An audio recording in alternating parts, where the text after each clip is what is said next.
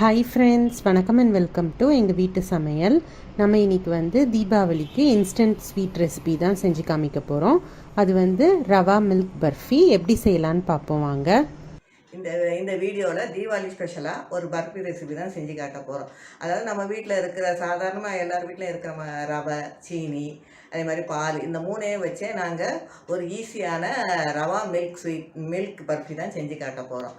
வாங்க இந்த ரெசிபி எப்படி செய்வோன்னு பார்ப்போம். இதுக்கு ரவா 100 கிராம் எடுத்திருக்கோம், அதாவது 1 கப்பு. அதுக்கப்புறம் பால் 200 ml, சர்க்கரை 3/4 கப்பு. எந்த கப்பில் நம்ம ரவா அளந்தோமோ அதே கப்லேயே நம்ம சர்க்கரையும் அளந்துக்கணும். அதுக்கப்புறம் முந்திரி பருப்பு ஒரு 20 எடுத்துக்கலாம். நெய் 1/3 கப்பு, கொஞ்சோண்டு ஏலக்காய் தூள், இதெல்லாம் எடுத்துக்கணும். ஃபஸ்ட்டு நம்ம வச்சுருக்க முந்திரி பருப்பை வெறும் வானலியில் போட்டு நல்லா ட்ரை ரோஸ்ட் பண்ணி எடுத்து வச்சுக்கணும். அதுக்கப்புறம் அந்த முந்திரி பருப்பை நம்ம மிக்சியில் போட்டு நல்லா கொரப்பாக அரைச்சி ஒரு கிண்ணத்தில் எடுத்து வச்சுக்கலாம். இப்போ நம்ம வச்சுருக்க நெய்யை ஒரு அடிகனமான பாத்திரத்தில் நம்ம சேர்த்துக்கலாம். நெய் சூடான பிறகு நம்ம வச்சுருக்க ரவையை அதில் போட்டு நம்ம நல்லா வறுக்கணும். இதை ஸ்லோ ஃப்ளேமில் வச்சு நல்லா ரவை வாசம் வர வரைக்கும் வறுக்கணும். அதே சமயம் கலர் மாறாமல் பார்த்துக்கோங்க. ஸோ இந்த ரவையை நல்லா வறுத்துக்கோங்க.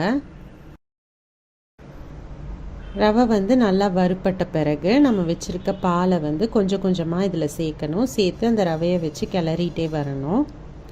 நம்ம வச்சுருக்க எல்லா பாலையும் சேர்த்து இந்த ரவையை நல்லா இந்த மாதிரி கிளறிக்கோங்க. இந்த பாலும் ரவையும் நல்லா ஒன்றா சேர்ந்து வந்த பிறகு இந்த மாதிரி தான் இருக்கும். இப்போ இந்த ஸ்டேஜில் நம்ம வச்சுருக்க சர்க்கரையையும் இதில் சேர்த்துக்கோங்க. அடுப்பு ஸ்லோ ஃப்ளேமில் தான் இருக்கணும். வச்சுட்டு இதை நல்லா கிளறிக்கோங்க. கொஞ்சம் நேரத்தில் இந்த சர்க்கரை இலக்கம் கொடுக்கும்.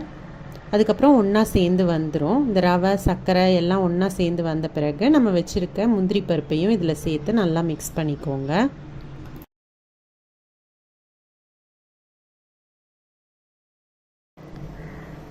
அடுத்து ஏலக்காய் தூளும் சேர்த்துக்கோங்க. சேர்த்து நல்லா கிளறி விட்டுக்கோங்க. இப்போ இது எல்லாமே சேர்ந்து நல்லா ஒன்று திரண்டு வரும். இந்த பாத்திரத்தில் ஒட்டாமல் நல்லா ஒன்றா இந்த மாதிரி திரண்டு வரும். இந்த மாதிரி ஒன்றா திரண்டு வரும்போது நம்ம அடுப்பு அணைச்சிடலாம்.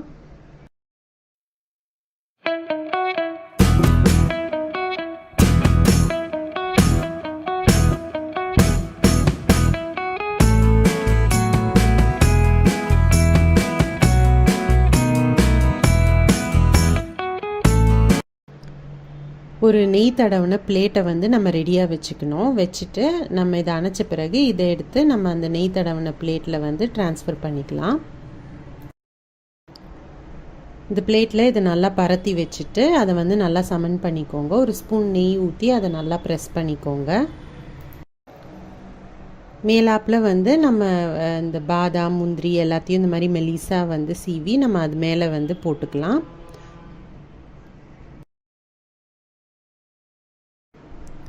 நட்ஸ் எல்லாம் தூவிட்டு நல்லா இந்த மாதிரி ப்ரெஸ் பண்ணி விட்டுக்கோங்க.